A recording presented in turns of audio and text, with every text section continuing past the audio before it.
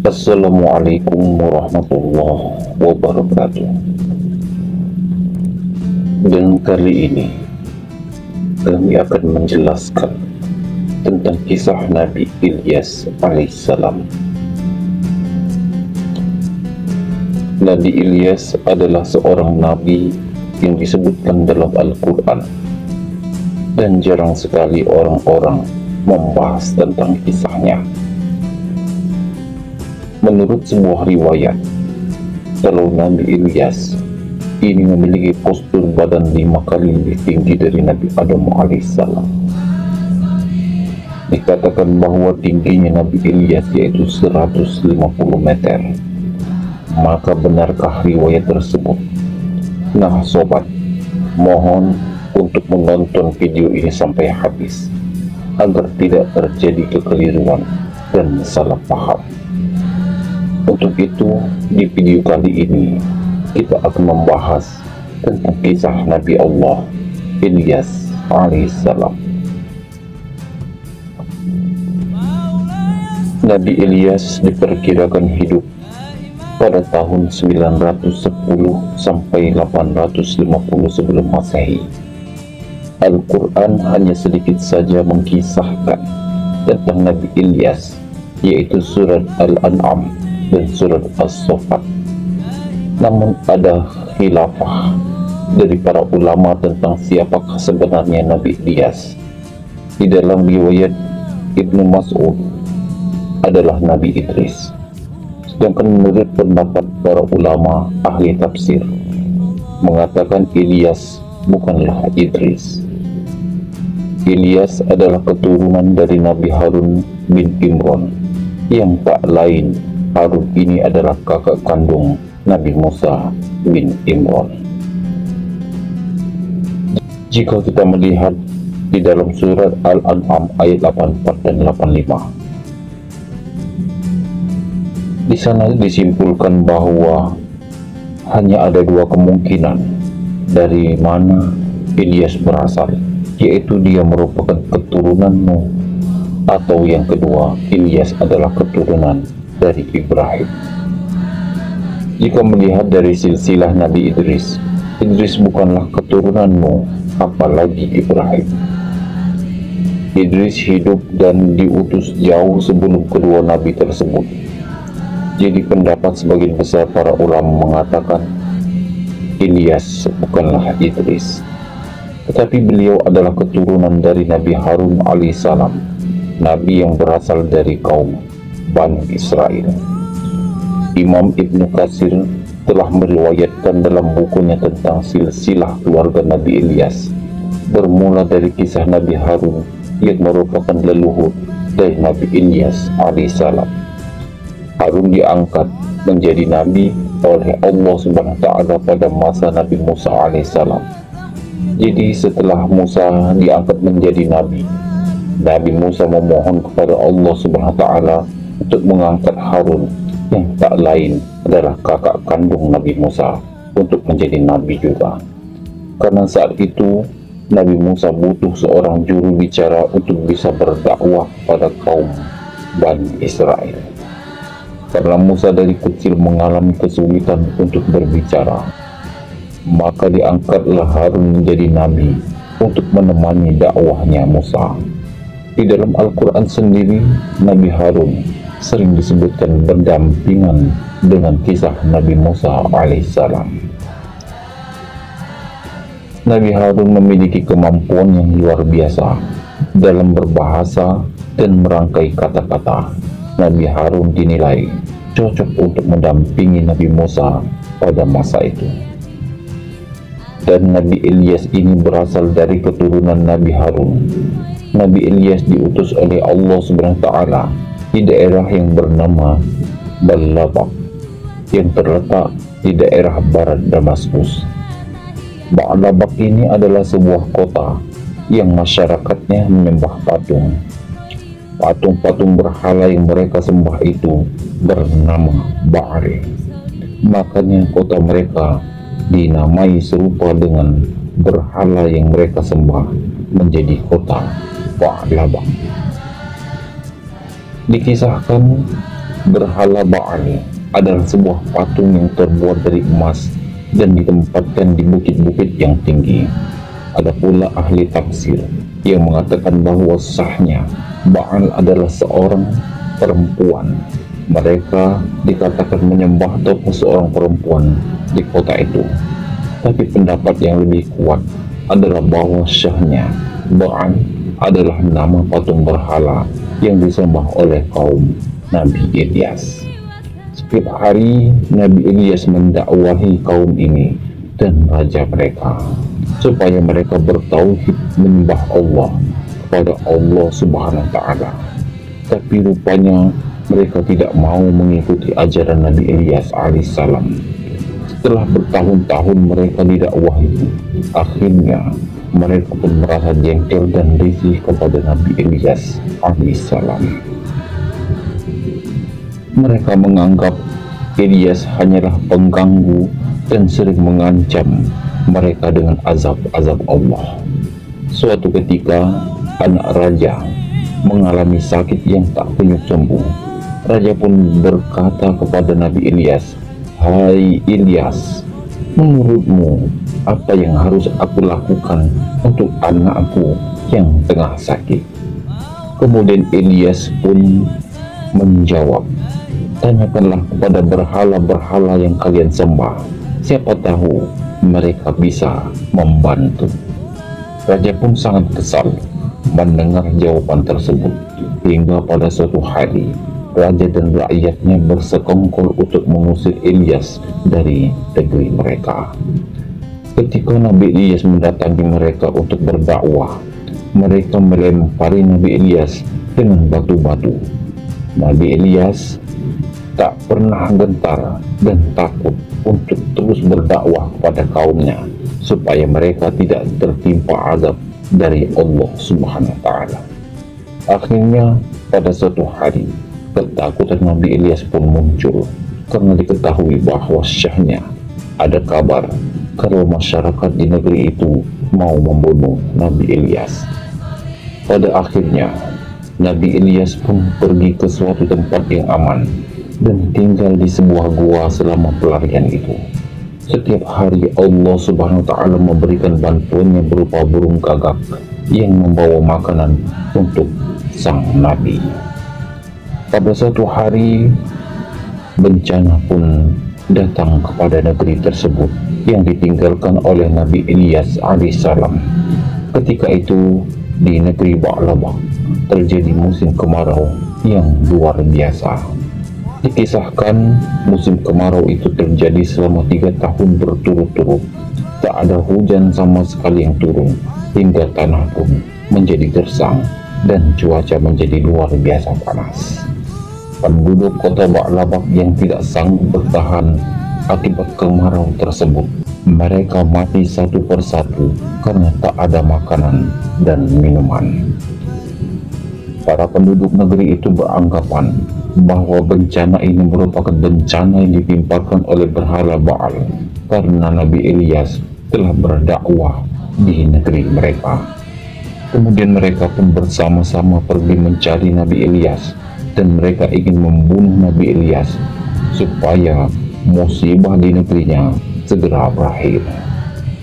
Akhirnya mereka pun mendapati tempat persembunyian Nabi Ilyas.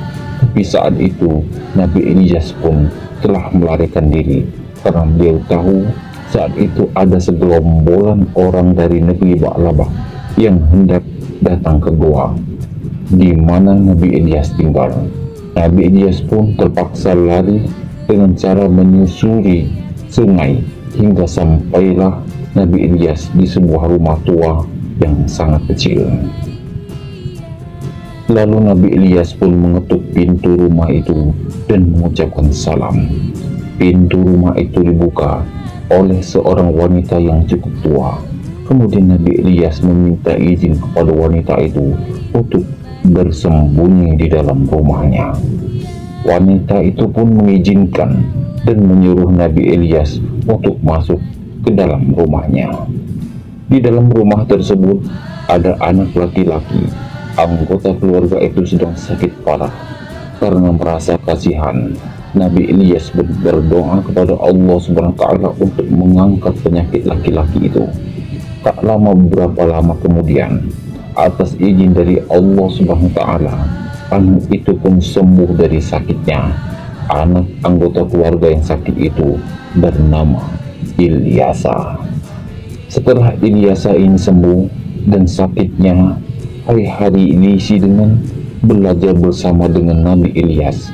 Hingga pada suatu hari Allah Subhanahu wa Ta'ala mengangkat Ilyasa menjadi seorang nabi yang kita kenal di Islam sebagai Nabi Allah Ilyasa.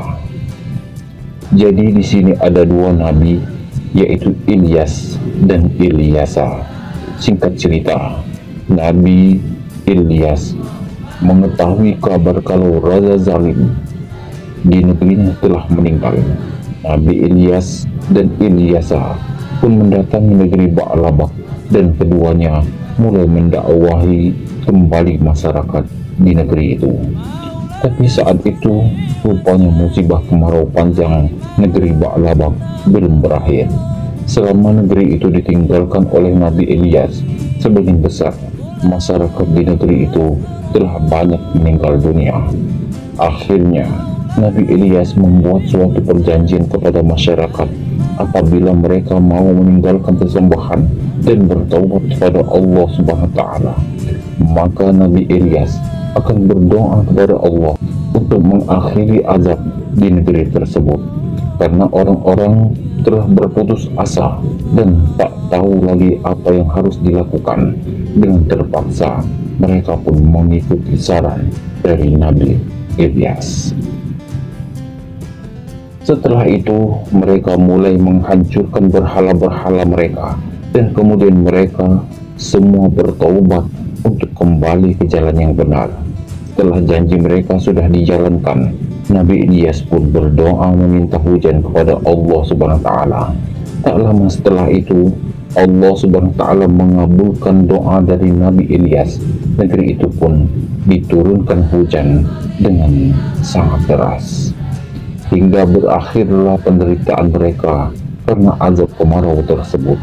Setelah keadaan di negeri Ba'labak sudah kembali normal, hewan ternak dan kebun mereka telah menghasilkan banyak makanan, masyarakat di negeri ini kembali menyembah berhala.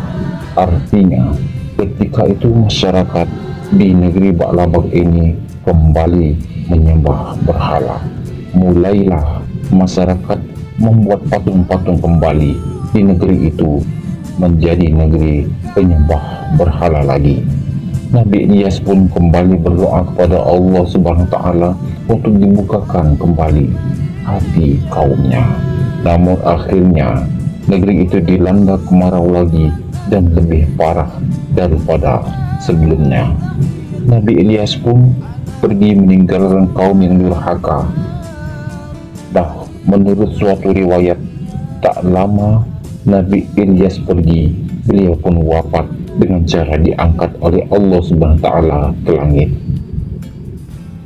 Hadis tentang wafatnya Nabi Ilyas disebutkan oleh Wahab bin Munabbih, yang menyatakan bahwa saat itu Nabi Ilyas berdoa kepada Allah untuk mencabut nyawanya karena kaumnya telah ingkar dan mendurhakainya. Kemudian datanglah seekor binatang yang berwarna merah seperti api. Lalu Nabi Ilyas pun menaiki binatang tersebut, dan Allah Subhanahu wa Ta'ala telah menumbuhkan sayap di tubuh Nabi Ilyas serta memakaikan pakaian yang terbuat dari cahaya. Setelah itu Allah Subhanahu wa Ta'ala merubah Nabi Ilyas menjadi malaikat, seorang malaikat manusia yang terbang di langit dan berjalan di bumi. Tapi sobat, hadis ini mengandung kontroversi dari kisah-kisah Israel. Tidak perlu diyakini kebenarannya dan tidak pula didustakan. Disebutkan oleh Imam Ibnu Katsir dalam bukunya Qisasul Anbiya bahwa sahnya setiap tahun Nabi Ilyas dan Nabi Khidir berkumpul dan bertemu di Baitul Maqdis Palestina di bulan Ramadan. Kemudian disebutkan Nabi Ilyas dan Nabi Khidir ini setiap tahun melaksanakan ibadah haji berdua. Katanya, sebelum musim haji itu pasti ada di Mekah. Nabi Ilyas dan Nabi Khidir, hanya saja orang-orang banyak yang tidak menyadari kehadiran mereka. Ketika keduanya tengah melaksanakan ibadah haji, mereka pun meminum air Zam-Zam. Setelah mereka minum air Zam-Zam, perut mereka akan kenyang selama setahun penuh. Jadi selama 1 tahun mereka tidak akan memakan makanan apapun. Mereka hanya akan minum air Zam-Zam di musim haji. Ibnu Katsir yang juga menyebutkannya, tidak ada dalil yang sahih tentang kisah hadis tersebut. Ibnu Katsir juga berpendapat bahwa syahnya Ilyas dan Khidir telah lama wafat. Ada juga kisah yang cukup aneh yang dikisahkan oleh Imam Al-Baihaqi. Kisahnya begini sobat. Jadi pada suatu hari ketika Rasulullah SAW dan para sahabat sedang melakukan perjalanan, kemudian mereka pun singgah di suatu lembah. Salah seorang dari sahabat mendengar sayup-sayup ada yang sedang berdoa di rumah itu. Orang yang berdoa itu mengatakan, "Ya Allah, jadikanlah aku umat Muhammad SAW yang dirahmati, diampuni, dan diterima taubatnya." Anas bin Malik berkata, kemudian kulihat sumber suara tersebut. Ternyata orang yang berdoa itu adalah seorang laki-laki yang tingginya 300 zero. 300 zero ini kira-kira 150 meter. Wow sobat, tinggi sekali, benar-benar di luar nalar. Orang ini malah jauh lebih tinggi dari Nabi Adam alaihissalam yang tingginya hanya 30 meter. Kemudian orang yang tinggi besar itu berkata kepada Anas, "Hei, siapakah kau?" Anas pun menjawab, "Aku adalah Anas bin Malik, pembantu Rasulullah SAW." Orang tinggi besar itu berkata, "Lalu di manakah sekarang Nabi Muhammad SAW?" Anas kembali menjawab, "Sambil menuju ke suatu tempat di sebelah sana. Beliau sedang mendengarkan pembicaraanmu." Orang itu berkata, "Wahai Anas, pergilah engkau kepada Muhammad SAW dan sampaikan kepada beliau, saudaranya Ilyas mengirim salam kepadanya." Anas pun kemudian mendatangi Nabi Muhammad SAW dan menyampaikan pesan dari orang tinggi besar tadi, yang ternyata orang itu adalah Nabi Ilyas alaihissalam. Maka Rasulullah SAW bangkit dari duduknya dan pergi menemui Ilyas. Setelah keduanya bertemu, mereka pun berpelukan, diteruskan dengan mengobrol. Setelah itu Nabi Ilyas yang tingginya 150 meter itu berkata, "Ya Rasulullah, aku tidak pernah makan kecuali hanya sekali dalam 1 tahun. Dan inilah hari di mana aku harus makan. Bagaimana kalau sekarang kita makan bersama, wahai Rasulullah?" Kata Anas, tiba-tiba turun makanan dari langit. Kemudian Nabi Ilyas dan Rasulullah SAW pun makan berdua. Setelah makan, kami pun melaksanakan sholat asar berjamaah. Kemudian kami pergi melanjutkan perjalanan dan meninggalkan Nabi Ilyas di tempat itu. Kata Imam Al-Baihaqi yang meriwayatkan hadis ini adalah hadis yang sangat parah. Kisah ini juga diriwayatkan dalam kitab Al-Mustadrak karya Imam Al-Hakim dan Ibnu Katsir yang mendatangkan kisah tentang Ilyas yang tinggi besar itu adalah hadis yang palsu karena menyelisihi hadis-hadis yang sahih dari banyak sisi. Ibnu Katsir juga memberikan contoh dari hadis sahih. Rasulullah SAW pun bersabda, "Sesungguhnya Allah menciptakan Adam yang tingginya 60 hasta, karena setelah generasi setelah Adam, tinggi manusia akan semakin bertambah pendek." Artinya tidak ada manusia yang diciptakan oleh Allah SWT yang lebih tinggi dari Nabi Adam. Sementara di kisah tadi, Nabi Ilyas tingginya 150 meter, 5 kali lebih tinggi daripada Nabi Adam alaihissalam. Kemudian Ibnu Katsir juga menyatakan di kisah hadis itu Rasulullah SAW berdiri kemudian mendatangi Ilyas. Itu suatu yang tidak benar. Harusnya Ilyaslah yang harus mendatangi Rasulullah SAW, karenalah itulah adabnya. Dan karena Rasulullah SAW adalah nabi di antara nabi yang paling mulia, maka dari itu Ibnu Katsir dengan tegas menyatakan kalau riwayat hadis itu palsu. Wallahu a'lam bishawab. Itulah kisah yang dapat kami sampaikan. Terima kasih banyak kepada teman-teman semua yang sudah menonton dan mendukung channel ini. Kami doakan semoga Anda selalu sehat dan dimudahkan dalam mencari rezeki, dan tentunya dimanapun Anda berada, semoga selalu dalam lindungan Allah Subhanahu wa Ta'ala. Dan buat teman-teman semua yang baru nonton video ini, yuk dukung dulu channel Majelis Asy'arif dengan cara klik like, komen, subscribe, dan jangan lupa untuk menyalakan lonceng notifikasinya agar tidak ketinggalan kisah-kisah menarik dan inspiratif lainnya dari kami. Mohon maaf juga apabila ada kata-kata yang kurang sempurna, karena pada hakikatnya kesempurnaan adalah milik Allah Subhanahu wa Ta'ala.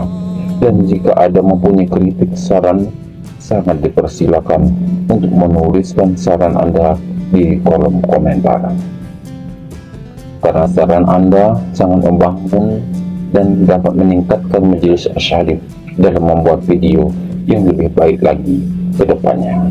Terima kasih banyak. Kami pamit undur diri. Sekian dari kami. Wassalamualaikum warahmatullahi wabarakatuh.